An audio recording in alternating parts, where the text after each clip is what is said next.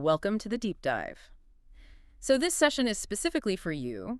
Based on those sources you shared, we've got news reports, company updates, interviews, quite a mix. Yeah, and our plan today is basically to unpack all of that together. We'll pull out the important bits, try to understand what's happening now with AI. Right, looking at how it's getting, well, more conversational. Exactly, more conversational, how it's changing, computer interaction fundamentally, and also how it's getting super specialized for some really complex stuff. Okay, sounds good. So let's jump right in. Maybe start with the updates making AI interactions feel a bit more human, particularly voice. Yeah, definitely. A good place to start is ChatGPT.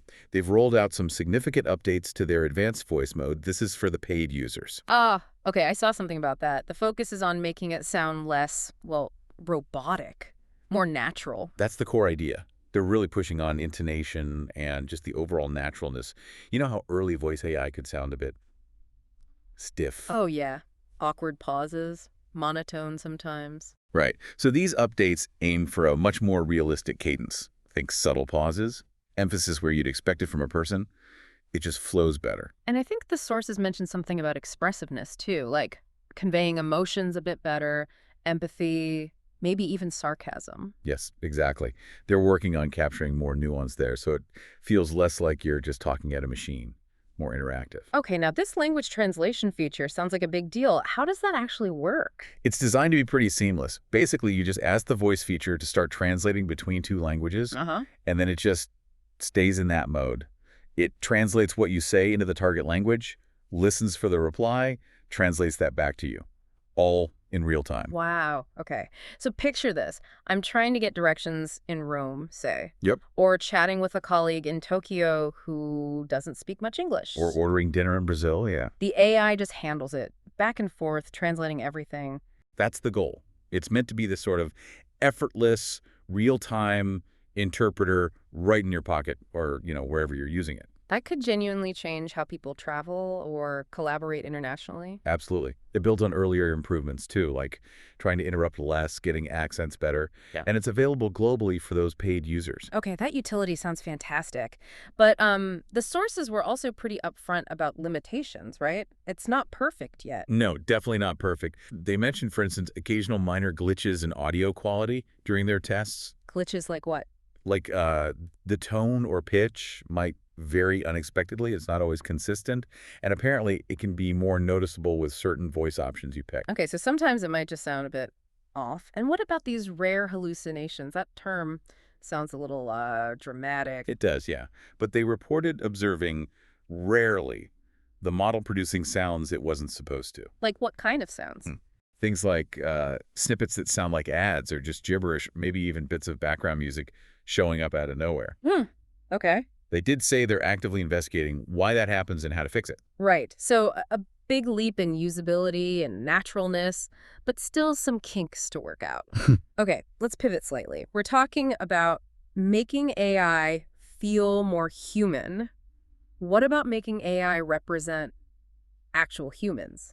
Like Google's experiment. Ah, yes. Portraits. That's in Google Labs right now. The idea is you can have a conversation with an AI that represents a specific trusted expert or creator. And the key thing, based on the sources, is that these are built with the experts, right? Using their actual knowledge and voice. Exactly. It's not just an AI scraping the web about them. It's a partnership. They use the expert's own content, their knowledge base, and recordings of their voice. The first example they highlighted was Kim Scott, author of Radical Candor. That's right. So her portrait is designed to offer AI-powered coaching based specifically on her principles about communication, leadership, feedback, all that. Okay, now this is where it gets potentially really powerful for you, the listener. Imagine needing advice on a tough work situation. Right. And you could basically practice that difficult conversation or get coaching on feedback directly from an AI grounded in Kim Scott's specific approach. That's the vision. You ask it questions, and the AI, using tech like Gemini underneath, generates responses.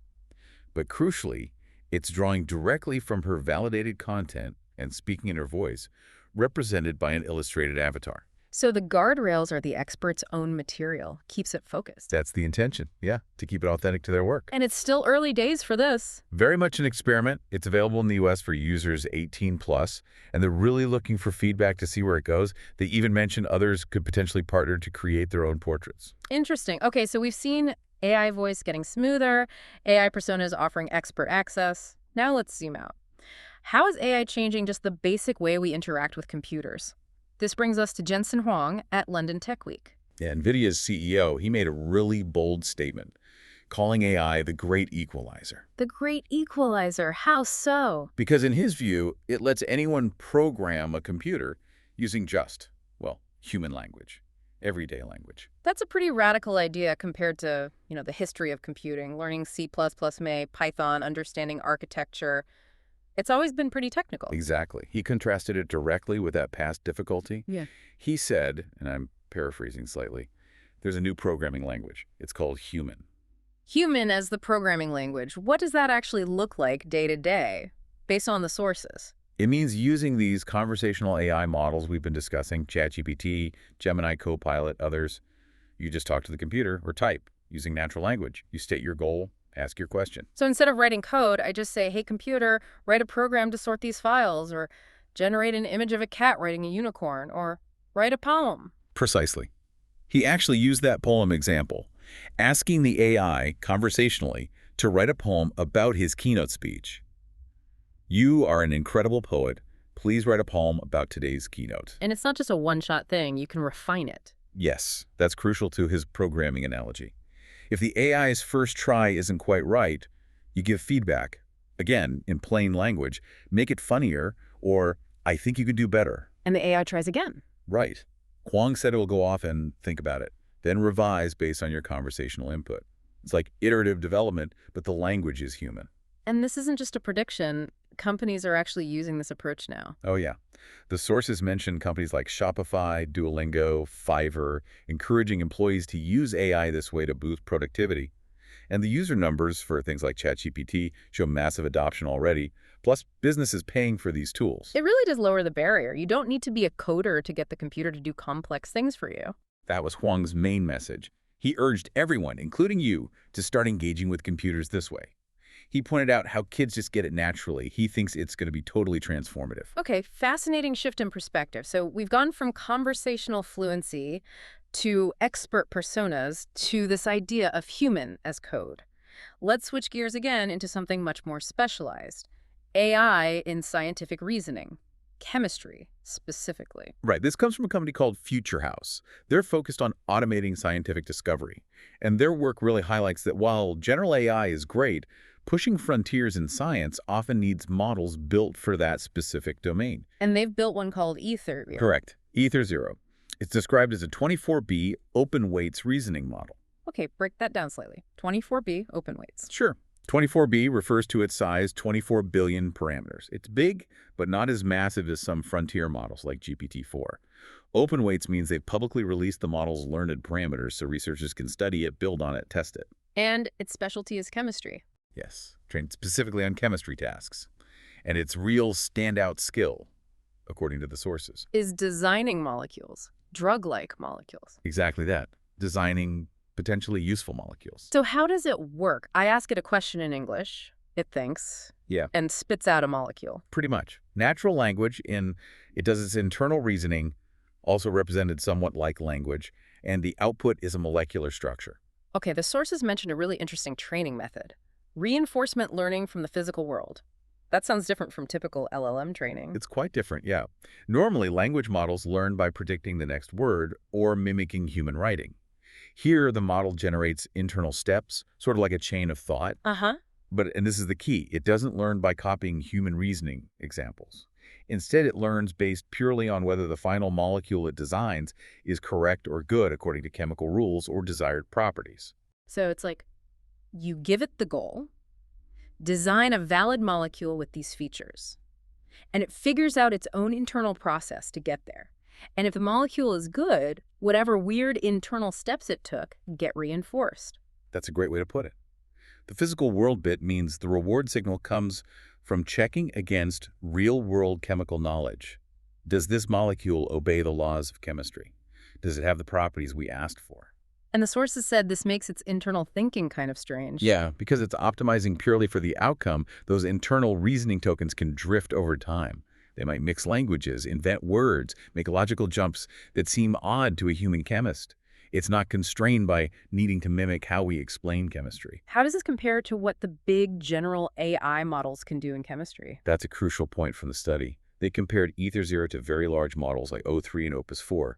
Those big models know a lot of chemistry facts. They can chat about concepts. But the study found they really struggle with the practical doing of chemistry, accurately counting atoms in a drawn molecule, designing a new, plausible structure, getting nomenclature right.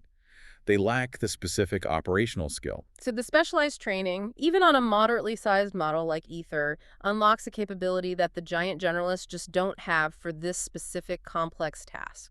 Exactly. And they found that a relatively small amount of this reinforcement learning could boost performance fast on these molecule tasks. It suggests the base models, like the Mistral model they started from, already have latent chemistry knowledge from pre-training. And this method is good at activating it for actual design work. Precisely. And interestingly, they showed these smaller models could even outperform the huge frontier models on certain specific molecule design tasks and do it efficiently, with like 50,000 examples per task. What's the bigger picture significance of this beyond chemistry? Well, it feeds into the whole debate about how AI models learn to reason. Ether showed that even starting from basically zero accuracy on some concepts like identifying functional groups in molecules, which wasn't explicitly in its pre-training, it could learn them effectively through this outcome-based reinforcement. So reasoning can emerge during this kind of specialized training, not just baked in from the start. It suggests that, yeah, it provides evidence that post-training can induce significant new capabilities. Okay, but let's be realistic. The sources emphasized Ether is a research prototype. What can it do? Right. Lots of limitations. It's not a general chemist.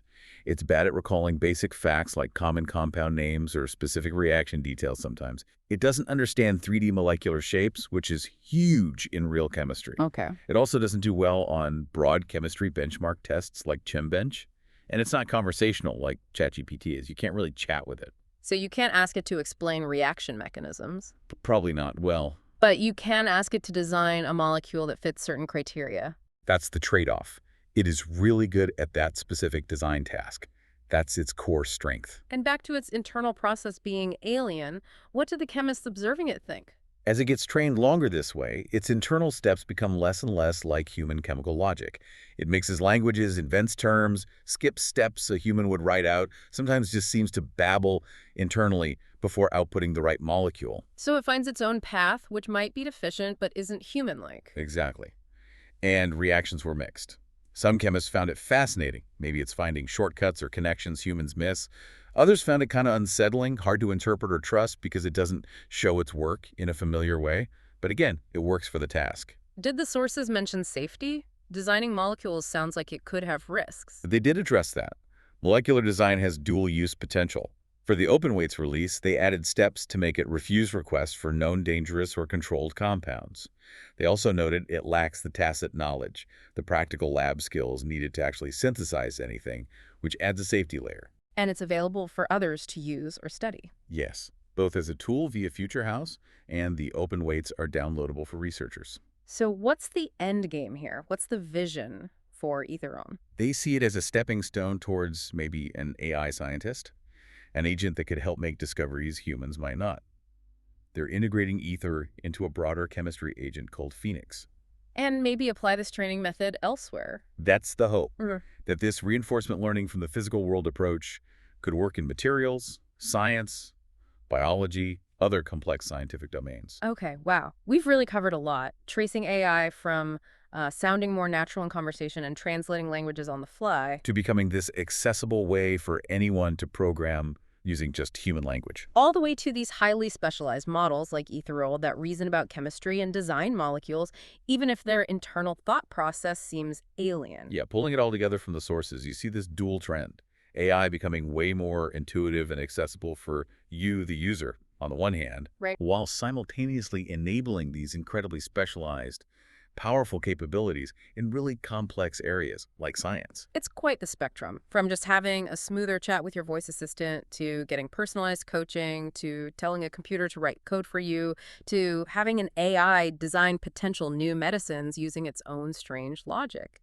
And digging into these sources really leaves us with some big questions to chew on, doesn't it? Definitely. Like, If human truly becomes a viable programming language, how does that reshape who builds technology? What new kinds of problems become solvable when basically anyone can instruct a powerful computer? Yeah, and thinking about Ether Zero, what does it mean if AI's most effective reasoning processes become opaque or just plain weird to human experts, Yeah. especially in science, where we usually value understanding the how and why?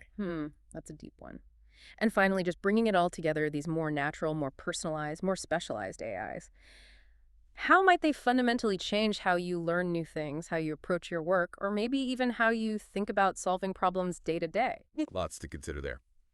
Well, thanks for joining us on this deep dive through your sources today.